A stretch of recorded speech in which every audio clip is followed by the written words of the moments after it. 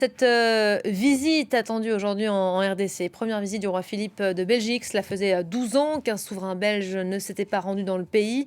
Il y a 2 ans, il avait exprimé déjà dans une lettre historique à son homologue congolais ses plus profonds regrets pour les blessures de la colonisation.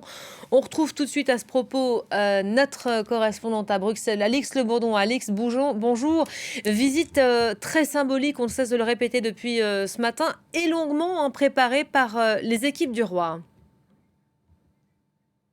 En effet, c'est une visite à laquelle le roi Philippe pense depuis déjà longtemps, mais qu'il a dû reporter à plusieurs reprises, d'abord à cause de la pandémie, puis plus récemment à cause du début de la guerre en Ukraine. Mais pas question cette fois-ci pour le souverain belge de reporter à nouveau ce voyage, considéré comme indispensable. Je vous rappelle qu'il intervient près de 2 ans après cette lettre historique du roi Philippe, écrite au moment des 60 ans de l'indépendance de la République démocratique du Congo en juin 2020. Dans cette lettre, vous l'avez dit, il avait exprimé ses plus profonds regrets pour les souffrances subies pendant la période coloniale et plus particulièrement sous le règne de son ancêtre Léopold II, durant lequel les historiens estiment bien que des millions de personnes ont été tuées ou mutilées alors qu'ils travaillaient sur des plantations de caoutchouc. Les questions mémorielles vont donc être au cœur de cette visite du roi Philippe en République démocratique du Congo. Le roi doit d'ailleurs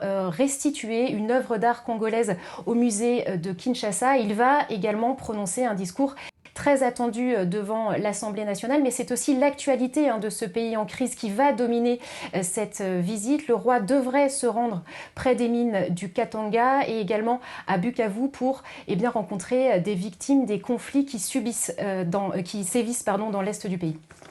Alix, cela fait 12 ans qu'un souverain belge ne s'est pas rendu en RDC, d'où le symbole. Cette étape, elle va marquer le réchauffement des relations entre les deux pays.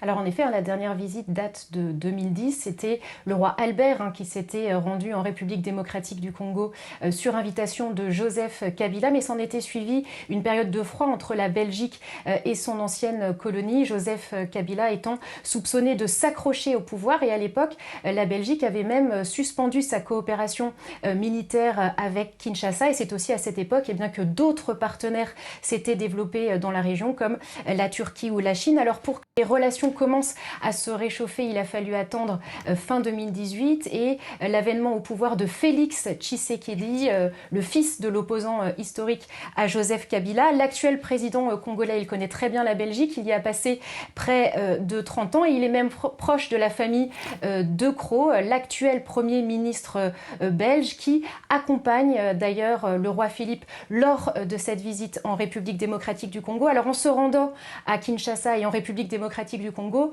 le roi Philippe veut contribuer à ce nouveau souffle qu'on observe entre les deux capitales depuis 3 ans et demi. Il voudrait également que la Belgique retrouve sa place de choix dans son ancienne colonie. Merci beaucoup, Alix, en direct de Bruxelles.